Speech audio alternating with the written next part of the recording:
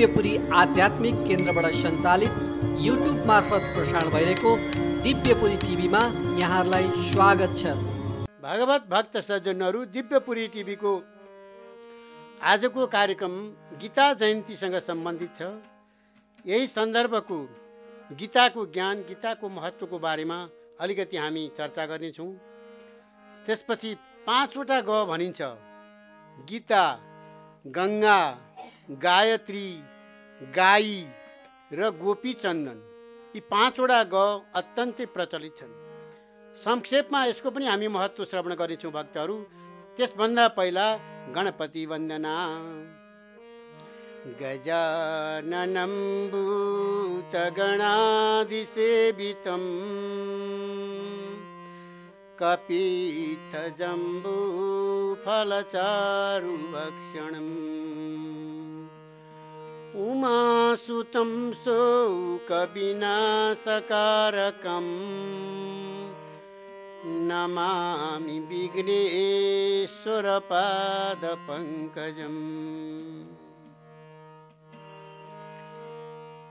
अब गीता के हो त?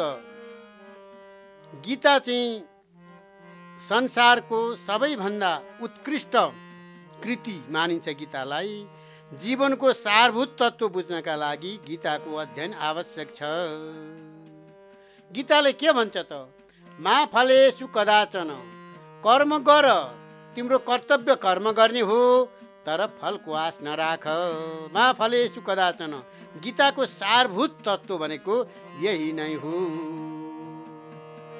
अब 5वटा ग मध्येको गीता पहिली यो भूमण्डलको मानवीय भाषा साहित्यमा गीताभन्दा उत्तम शास्त्र अहिलेसम्म कुनै पनि लेखिएको छैन। धर्मक्षेत्रे कुरुक्षेत्रे समवेतायुत्सव मामका पाण्डवश्चैव किमकुर्वत सञ्जय। सञ्जय उवाच दृष्ट्वा तु पाण्डवानीकं व्यूढं दुर्योधनस्तदा आचार्यमुपसंयम सुधा वचनमब्रवीत्। पश्यैतां पाण्डुपुत्राणां माचार्य महते च म्यो व्यूढां द्रुपदपुत्रेण तव शिष्येण धीमता। यो भगवान श्रीकृष्णको स्वयं हृदयको अग्र गतिमा बहने अग्रभाग हो। यो अविनाशी, कहिल्यै नाश नहुने अथवा यो देह शुद्धि, आत्मा शुद्धि र मन शुद्धि हुने गीताले नै हो। सबैभन्दा ठुलो यसको परम धाम भनेकै गीता हो। भगवान श्रीकृष्ण गीता पाठ गर्दा ज्यादै खुसी हुनुहुन्छ। उहाँ अरूबाट त्यति खुसी हुनुहुन्न जति गीता पाठ गर्दा खुसी हुनुहुन्छ। यो 18 थुङ्गाको एउटै माला छ भक्तहरू। 18 थुङ्गा भनेका यसका 18 अध्याय छन्। 18 अध्यायमा बनेको यो गीता एउटै माला हो। दिव्य सुन्दर माला छ। यसका 18 सिँढी छन्। स्वर्ग जाने मोक्ष प्राप्तिका सिँढी भनिन्छ जसलाई। 18 अध्यायलाई मोक्ष प्राप्तिको सिँढी बताइएको छ। 18वटा सिँढी छन् यसका। 5औं अध्याय गीताको 5औं अध्याय जो मुख हो भने 10औं अध्याय हात भनेको छ र प्रथम अध्याय पेट भयो भने 2 अध्याय पाउ कहिएका छन् गीताका। यो भगवानको यस्तो स्वरूप चाहिँ हेर्नुहोस्। गीता, गङ्गा, गायत्री, सरस्वती यी वेदव्यासबाट निस्किएका ध्वनिहरू हुन्। गीता, गङ्गा, गायत्री, सरस्वती यी चाहिँ वेदव्यासबाटै प्रकट भएका ध्वनि हुन्। भगवान श्रीकृष्णले भन्नुभयो अर्जुनलाई, धनी, मानी, तपस्वी, कर्मयोगी, अग्निहोत्री, वेदपाठी, ध्यानीको दर्शन गर्न योग्य छ यो गीता। सबैले दर्शन गर्न योग्य छ, पठन गर्न योग्य छ र पण्डित ज्ञानीजनहरू पनि यिनीहरूको पूजा गर्छन्, गीताको पूजा गर्छन् यिनीहरू सबैजना। अब को गर्छन् त भन्दा महादेवसँग पार्वतीजी सोध्नुहुन्छ संसारको सार तत्त्व के हो? शिवजीले भन्नुभयो गीता। त्यसै गरी लक्ष्मीजी पनि फेरि आफ्ना पति विष्णु भगवानसँग सोध्नुहुन्छ यो संसारको सार तत्त्व के हो त प्रभु भन्दा उहाँको पनि उत्तर एउटै हुन्छ, गीताको ज्ञान। गीताको ज्ञान भएपछि संसारको सार तत्त्व के हो भन्ने कुरो बुझिन्छ भक्तहरू। चारै वेद उपनिषद गाई रूपी भए। 4 वेद जुन छन् 4 वेदका व्याख्या उपनिषदमा गरिएको हुन्छ। सबैले वेद बुझ्न सक्दैनन्, त्यसैले उपनिषदद्वारा यसलाई वेदलाई सहज बनाइएको छ व्याख्या गरेर। त्यस्तै नन्दकृष्ण तिनी गाईका गोठाला भए। बाछो भएर अर्जुनले त्यसको पान गरे। भगवानको श्वासबाट प्रकट भएको गीता गाई रूपी भयो। नन्दकृष्ण तिनी गाईका गोठाला भए भगवान, र बाछो भएर अर्जुनले त्यसको पान गरे। अमृत जस्तो स्वादिलो अमर बनाउने अमृत पानले बुद्धि पनि राम्रो भएर आयो अर्जुनलाई। नभए महाभारतको युद्धमा युद्ध गर्न लागेका थिए। त्यहाँ गएर हेरे साला भिना आफ्नै गुरु शिष्य दाजुभाइ इष्टमित्र छन्, सबै छन्। अनि यसो हेर्दा हेर्दै हात थरथर कामो लगलग कामेर हातबाट झनु खस्नु युद्ध गर्न गएका त म गर्न सक्दिनँ। मलाई यो चाहिएन, केही पनि राज्य पनि चाहिएन, यो केही भोग पनि चाहिएन। म यी गुरु साला ससुरा भिनाजु आफ्नै मान्छेहरू बन्धु बान्धवहरू मारेर म यो युद्ध जित्न चाहन्न हे कृष्ण भने। त्यसपछि भगवान श्रीकृष्णले भन्नुभयो, सम्झाउनु भयो उहाँले हर तरहले, अनि दिव्य ज्ञान दिनुभयो। त्यस बेला दिएको ज्ञान नै के हो त भने यही गीता हो। आफ्नो कोही छैन संसारमा, सबै भगवानका अनुयायी हुन्, भगवानका भक्त हुन्। सबै भगवानको कृपा हो, भगवानको लीला हो। यो क्षणिको आफ्नो भन्ने नाता गोता भाइ बन्धु इष्ट मित्र एउटा एक क्षणका पाहुना हुन्। त्यस कारणले भगवानको भक्ति नै हतो वा प्राप्स्यसे स्वर्ग जित्वा वा लभते महिम तस्मात् उत्तिष्ठ कौन्तेय युद्धाय कृतनिश्चय। भगवानले भन्नुभयो हतो वा प्राप्स्यसे स्वर्ग, मर्यौ भने पनि युद्धमा मर्ने के हुन्छ भने सिधै स्वर्ग जान्छ। युद्धमा मर्नेलाई कुनै पनि कालको कुनै पनि यमराजका उसले छेक्न सक्दैन, ऊ सिधै स्वर्ग जान्छ। हतो वा प्राप्स्यसे स्वर्ग जित्वा वा भोक्ष्यसे महिम, जित्यौ भने त पृथ्वीको राजा हुनेछौ, पृथ्वीको मही भनेको पृथ्वीको, भोक्ष्यसे भोग गर्न पाउनेछौ। त्यस कारणले तस्मात् उत्तिष्ठ कौन्तेय युद्धाय कृतनिष्ठ। त्यस कारण हे कौन्तेय, हे कुन्तीका छोरा अर्जुन, उठ युद्ध गर भनेर जगाइदिनु भयो र गीताको ज्ञान दिनुभयो। बोलु भक्तवत्सल कृष्णचन्द्र भगवानको जय हो। अनि परम ब्रह्मा गीता त्यसको सार भयो, जो भगवानको गान मानिन्छ। यो संसार भगवानकै कृपा हो। बिना भगवानको कृपा यो संसार चल्न सक्दैन। कस्तो छ त गीता, जति पढ्यो पढौँ लाग्ने। पिबत भागवतम रसमालयम मुहुरहो रसिका भुवि भावुका। भागवत जस्तो छ अमृत रूपी रस पान गरौँ, जति पियो अगाइँदैन, पिउँ पिउँ लाग्छ। गीता पनि त्यस्तै छ, जति पियो जति सुनौँ अझै सुनौँ लाग्ने। कहिले पनि यो अमृत रस हो, कहिले पनि तृप्त हुँदैन। अमृत धारा जो भित्र सारा संसार अडेको छ। धर्म क्षेत्री कुरुक्षेत्रे समवेतायुत्सव। धर्म क्षेत्रमा यो कुरुक्षेत्रमा चाहिँ त्यो लडाइँ भएको थियो। अनि धृतराष्ट्रलाई सञ्जयले सुनाइरहेका थिए। धृतराष्ट्र अन्धा थिए, त्यो लडाइँको सारा वृत्तान्तहरू सुनाउँथे। अमृत समान रसिलो महाभारतको सार हो यो गीता। महाभारतबाट निकालिएको यो गीता। जति सुनु लाग्ने, बारम्बार सुन्न मन लाग्ने। जति उभाए पनि समुद्रको पानी कहिले रित्तिन्छ र रित्तिँदैन।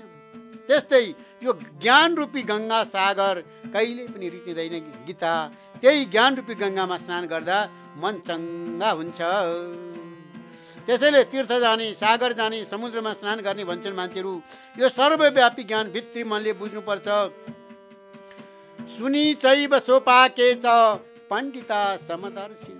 के भन्छ गीताले? सुनि चैवको कुकुर र हात्ती बराबर हुन्। कुकुरलाई पनि हात्तीलाई पनि समान मान्नुपर्छ भनेको छ। समदर्शी, समभावले हेर सबैलाई, त्यस्तो भन्छ गीताले। समदर्शी गीता अनमोल छ, जसको कुनै मूल्य पाइँदैन संसारमा। स्वयं प्रकाशमान, यसलाई बाल्नु पर्दैन, उज्यालो गर्नु पर्दैन। बत्तीको स्विच थिचेर बाल यस्तो बाल्नु पर्दैन। आफै प्रकाशमय तेजोमय, जसरी सूर्यको किरणलाई कसैले स्विच टिपेर बाल्नु पर्दैन, आफ्नो समय पुगेपछि आफै झुल्किएर आउँछन् सूर्य। हाम्रा घरको बत्तीलाई त बाल्नु पर्छ र नै बल्छ। त्यस कारणले यो आफै प्रकाशमय, स्वयं प्रकाशमय गीता शास्त्रको ज्योति झलमल सार तत्त्व बुझ्न सकेमा यसबाट पल पलमा शान्ति मिल्दछ। शान्ति खोज्न आज मान्छे दौडिरहेको छ। शान्ति शान्ति शान्ति भन्छ, यता गए पनि हुँदैन, उता गए पनि हुँदैन।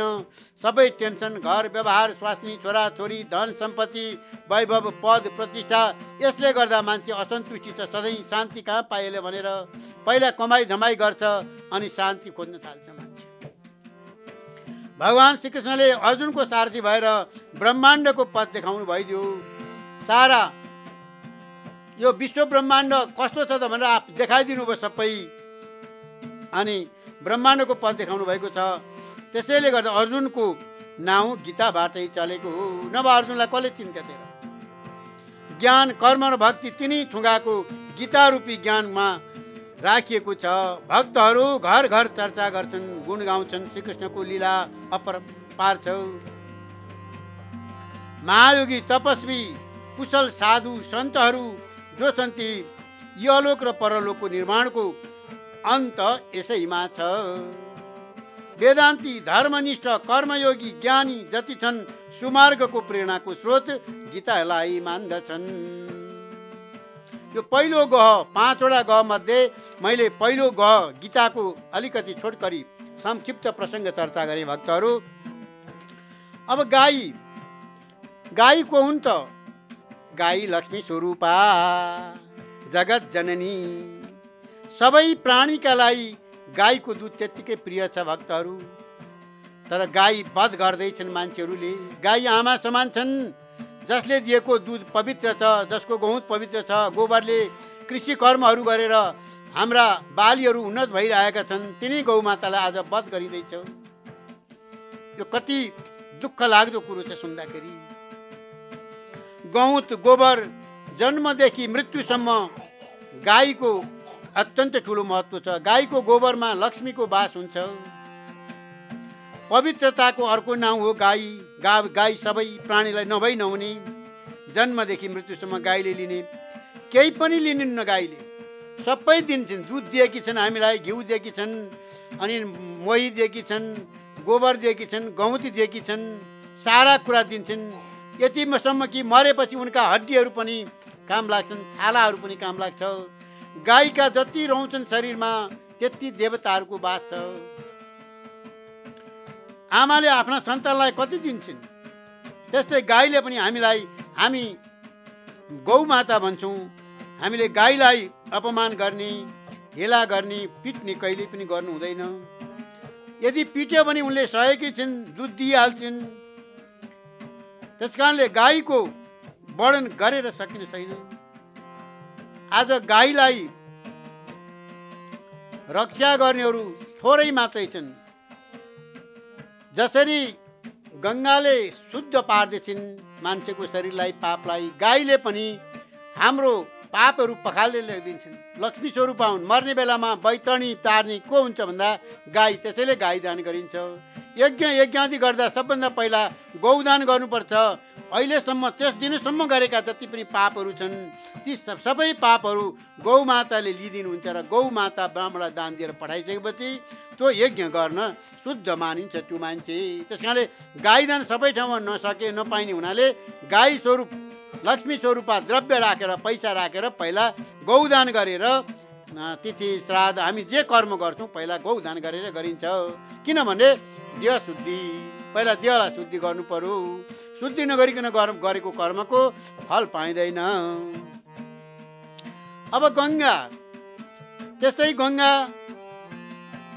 देह शुद्धि, कर्म शुद्धि, अन्न फल आदि उत्पादन र प्राण धान्न, पितृकर्म, नित्य कर्म जति छन् कर्मको लागि हामीलाई गङ्गाको अत्यन्त ठुलो महत्त्व छ भक्तहरू।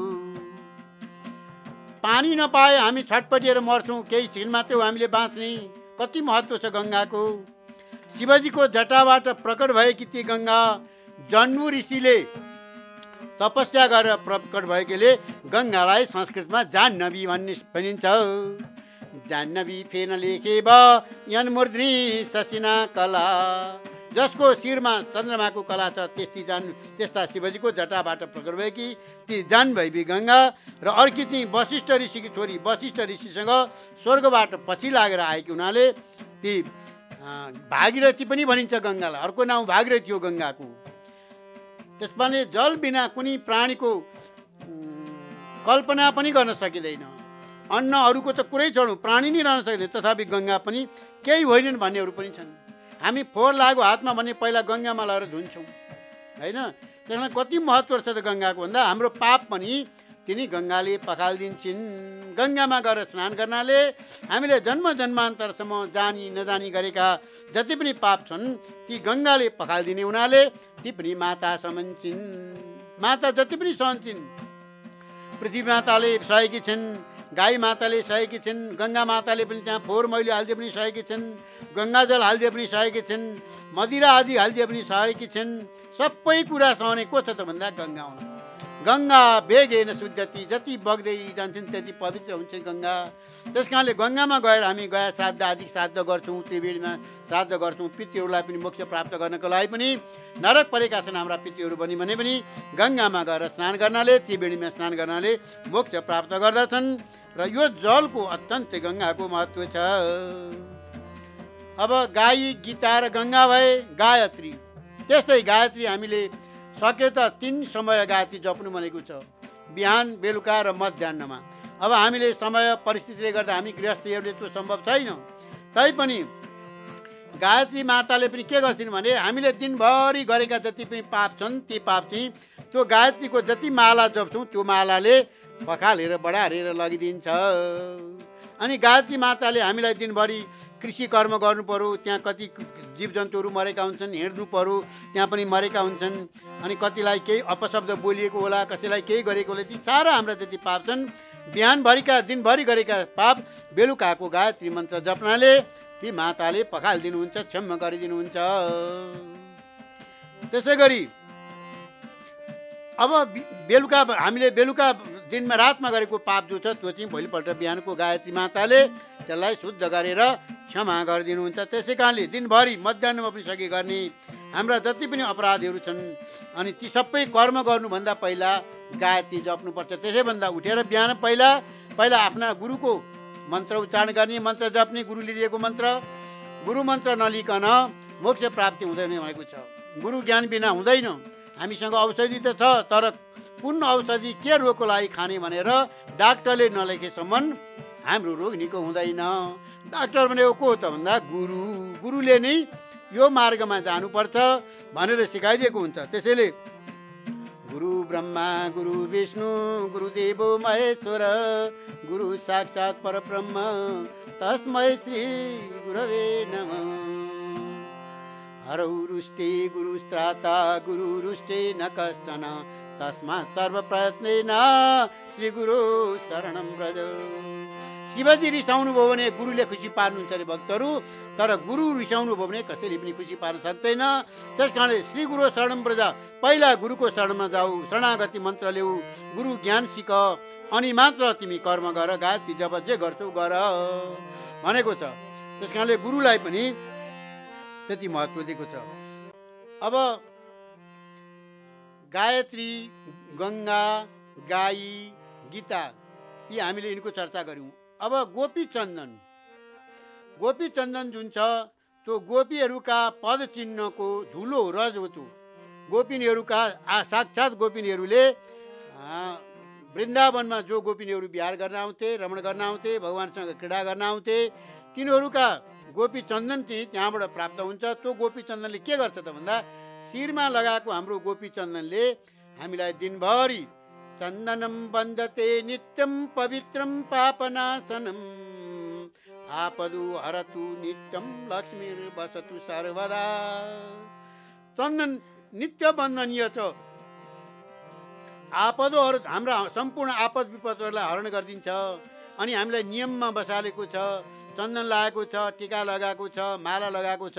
गएर होटल मदिरा खाने ठाउँमा त पस्न सक्दैन नि, नियममा बाँधियो नि। बन्धन चन्दनम बन्दते नित्यम, पवित्र छ अनि पाप पनि यहाँ नाश गर्छ। हाम्रा सम्पूर्ण पापहरू यो निधार भनेको मूर्धनी शिर हो। त्यो शिरमा त्यो चन्दन लगाएपछि जसरी फेदमा जरामा पानी हालेपछि सबै ठाउँमा पुग्छ, त्यसै गरी शिरमा चन्दन लगाएपछि त्यो चन्दनको प्रभाव चाहिँ हाम्रो शरीरभित्र पुग्दछ र त्यो गोपीहरूका पदचिन्हको त्यो स्पर्श, त्यो धुलो जो त्यो कण छ त्यसले चाहिँ हामीलाई के गर्छ? शीतलता प्रदान गर्छ, सद्बुद्धि प्रदान गर्छ, ज्ञान विवेक प्रदान गर्दछ। हामीले अनैतिक काम गर्दैनौँ, राम्रो सोच्ने, शुभ कर्म सोच्ने, होइन, अरूको सेवा गर्ने, गुरु अतिथि मान्यजनको सेवा गर्ने, भगवान भक्ति गर्ने, यस्तातिर मन लगाइदिन्छ भनेर यो टिको किन लगाएको भनेको टिकाको धर्ममा टिकाउनको लागि, धर्ममा टिकिराख तिमी भनेर लगाउन लागेको। अब यो चन्दन कसैले ऊर्ध्वपुण्ड लगाउँछन्, कसैले ठाडो तेर्सो लगाउँछन्। त्यसो यसलाई चाहिँ शिवजीको जुन तिनवटा छ यसलाई, होइन, यसलाई यस्तो माथि लगाउने ऊर्ध्वपुण्ड भनिन्छ, होइन। अब भस्म लेपन, भस्मको पनि हुन्छ, विभिन्न चन्दन हुन्छ। शिवजीको भस्मको पनि चन्दन हुन्छ, होइन, अनि यो यसको पनि चन्दन हुन्छ। यो चन्दनको चाहिँ ठुलो महत्त्व छ। यो चन्दन लगाएर मात्रै हामीले कुनै पनि शुभ कर्म गर्ने, बिहान पनि गायत्री जप्ता पनि चन्दनको एउटा टिको नलाइ गरेको त्यसको गायत्रीको फल छैन भक्तहरू। थप भिडियोहरूको लागि हाम्रो च्यानल सब्स्क्राइब गर्नुहोस् र छेउमा रहेको बेल आइकन पनि दबाउनुहोस्।